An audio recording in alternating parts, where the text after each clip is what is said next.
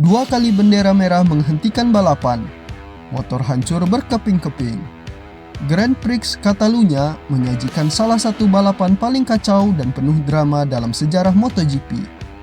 Di tengah kekacauan total ini, Fabio Di Gianantonio dari tim VR46 sukses keluar sebagai pahlawan. Sempat terkena hantaman roda yang lepas di lintasan, rider Italia ini bangkit secara spektakuler untuk mengklaim kemenangan MotoGP keduanya dalam karirnya.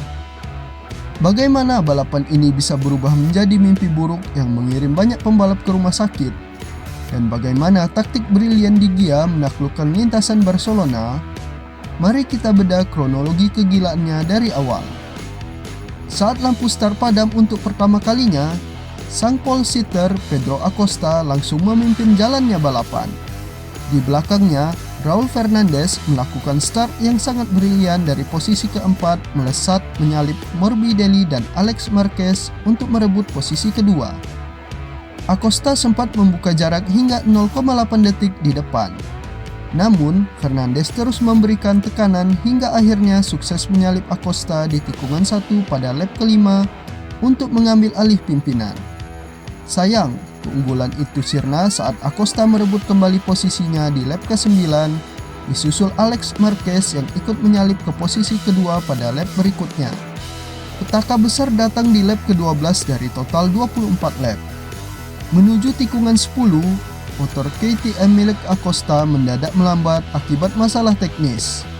Acosta langsung mengangkat tangannya untuk memberi sinyal, tapi jarak sudah terlalu dekat. Alex Marquez tidak punya waktu untuk menghindar dan langsung menghantam bagian belakang motor Acosta. Benturan keras itu membuat Alex Marquez terlempar keluar lintasan dan membuat Gresini-nya hancur total setelah berguling-guling di atas rumput. Kekacauan tidak berhenti di sana.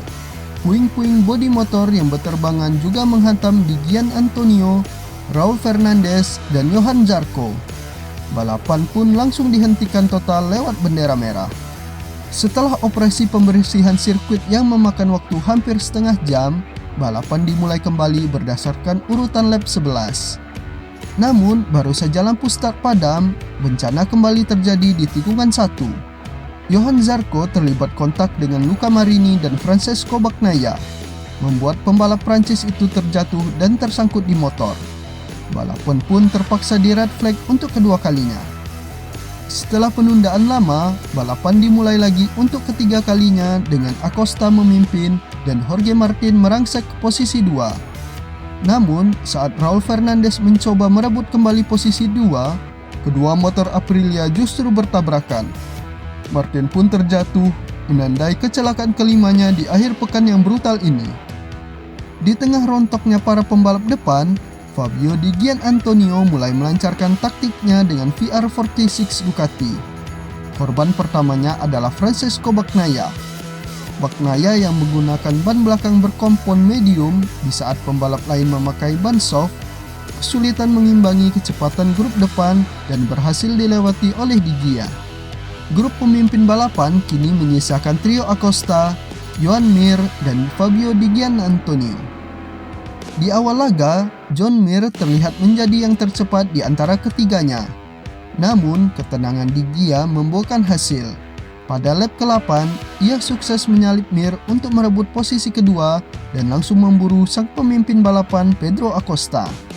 Ketegangan memuncak saat balapan menyisakan 3 lap lagi. Di Gia meluncurkan serangan pamungkas.